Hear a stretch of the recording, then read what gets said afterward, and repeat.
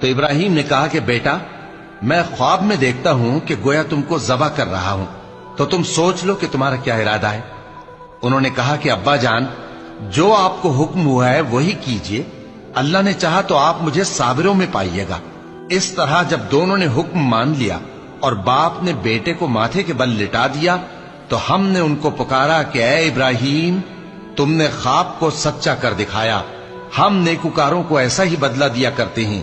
بلا شبہ یہ کھلی آزمائش تھی، اور ہم نے قربانی کی ایک بڑے جانور سے ان کا یعنی اسماعیل کا فدیہ دیا، اور پیچھے آنے والوں میں ہم نے ابراہیم کا ذکر خیر باقی رکھا کہ ابراہیم پر سلام ہو، نیکوکاروں کو ہم ایسا ہی بدلہ دیا کرتے ہیں۔ بے شک وہ ہمارے مومن بندوں میں سے تھے۔ ہمارا پروردگار جو صاحب عزت ہے اس سے پاک ہے، اور پیغمبروں پر سلام اور سب طرح کی تعریف اللہ رب العالمین کے لیے ہے۔